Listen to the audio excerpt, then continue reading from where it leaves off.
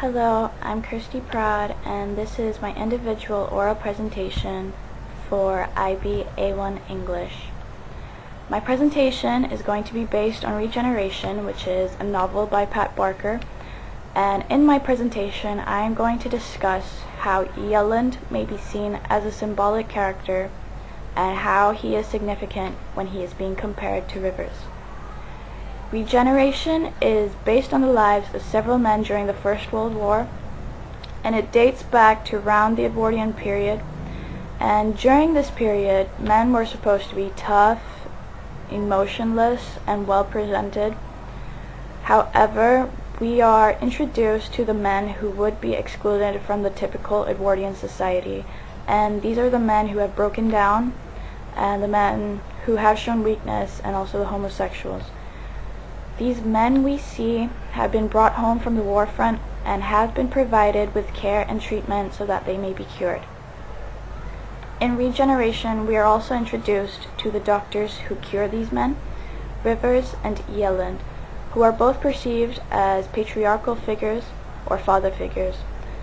They are the ones who have the respect of their patients and are, you could say, the alpha males in their hospitals. We are first introduced to Rivers, and he is the protagonist in the novel, and the story mainly follows what he does every day, so the readers are able to see how he deals with his patients and what he thinks of them. Rivers is presented as a fatherly figure, or a male mother, as one of his patients considered him. He helps his patients and acts as a substitute father for all the men in the hospital, and as the word mother suggests, he may in some ways be nurturing.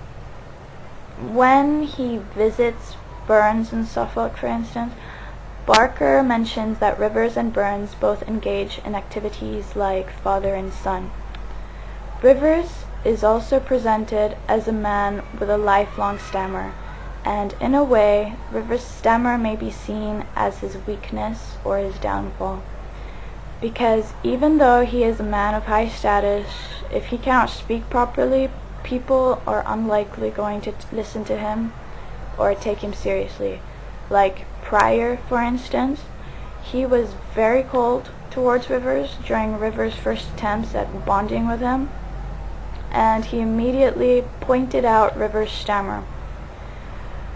Rivers may also be perceived as being social, since he is always conversing with his the patients, the VADs, and other people like Graves. And he is also very observant, and we learn this when Sassoon first comes to Craig Lockhart. Barker mentions that Sassoon's posture may be mistaken for arrogance. However, Rivers was more inclined to suspect shyness.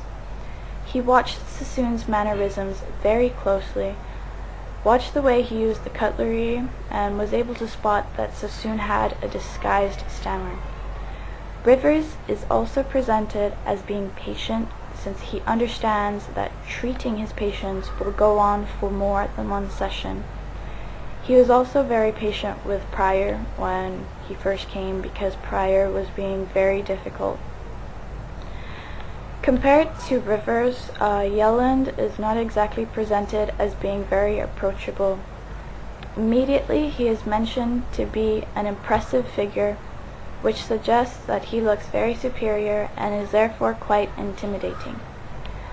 Dr. Yealland is a static character who serves as a foil to Rivers.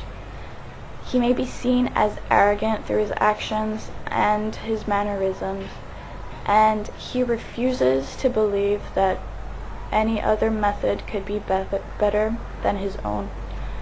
Unlike Rivers, Yealland's method involves electroshock therapy, which can be seen more as torture than anything that will actually help the patients. And Yealland believes that the men who suffer breakdowns in the war are degenerates whose weakness have caused them to break down. He points to many of his patients, using them in an attempt to prove the effectiveness and efficiency of his method, but in a way, it's as if he's implying that he thinks his patients are mere projects rather than human beings. Yealland thinks it is possible to cure a man in one session, and that it can be achieved by breaking the patient, like holding total power over a man and showing the patient absolutely no mercy or sympathy.